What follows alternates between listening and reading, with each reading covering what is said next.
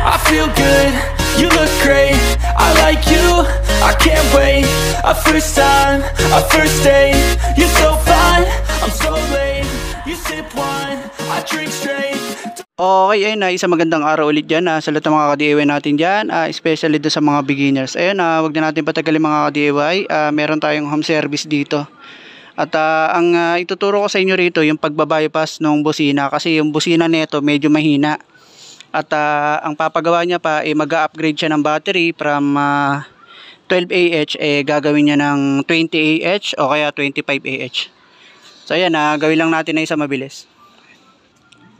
At dito nga mga ka-DIY, ito yung model ng kanyang e-bike, no? Yung SK. And then yung battery niya kasi dito is 12 Ah lang. Ngayon, dahil magpapalit na siya ng battery, i-upgrade na natin nung mas malaki. So ito na yung mabilis lang naman magkabit na ito mga ka-DIY, pero ang pinaka ituturo ko sa inyo dito ay yung pagbabypass nung tinatawag natin busina, kasi meron tayong busina rito. Ito, yan. Kasi yung busina nito medyo mahina. So gawin ko muna na isang mabilis tong battery mga ka-DIY.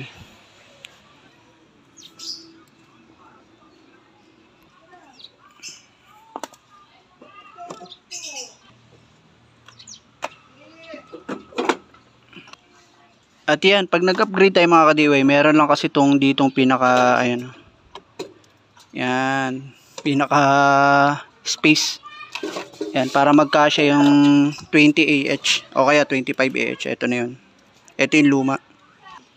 At ito na yung bago, ito yung luma, o maliliit lang siya. So ito na, upgrade na siya mga ka-DIY. At yung mga ka-DIY, ganito yung sequence na ginawa natin, no? Magkakalapit yung kanyang mga terminal. Kasi nandito lang yung niya, maikli lang kasi yung kanyang positive and negative. Kaya ganyan yung ginawa nating style. So gawin ko na lang na isang mabilis. Ganun. Okay, so yun, nakabit na natin. Isasarado na natin, dito na tayo magko-concentrate sa busina. Okay yung mga ka-DIY, no, tinanggalan natin yung pinaka head. Ito yung sinasabi ko na 3-in-1 module, kasama na rito yung flasher relay, busina. So dito na kasi yun mga ka-DIY. Kaso lang mahina kasi yung kanyang busina. Ayan, titignan na, pakinggan natin. Yan, so ang gagawin natin, papalitan natin ng medyo mas malaki.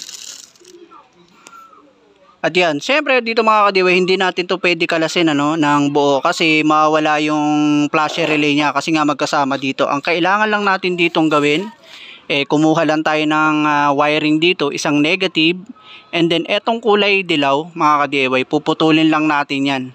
So dalawang wire lang kailangan natin dyan, isang negative, tsaka isang etong kulay dilaw, puputulin na natin yan mga ka-DIY. At yun ang idudugtong natin dito sa ating bagong busina. So gawin ko na lang na isang mabilis, no? Ganun lang yung pagbabypass ng wiring. Okay yun, so yung mga ka-DIY, nilagay na natin dito sa pinakailalim yung kanyang busina. So dalawang wire lang naman yan, no? Wala yang negative or positive, or wala siyang polarity. Ngayon pagdating dito sa module, sabi ko nga ang kukunin mo lang dito yung dilaw, and then etong black.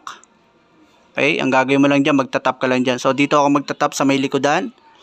Kinalabasan niya ay black at blue. Yan. Pero kinakailangan tanggalin mo rin tong yung dilaw, kakalasin mo yan, kasi aagaw pa kasi ng kuryente yan Kaya kailangan kalasin mo na rin yung dilaw.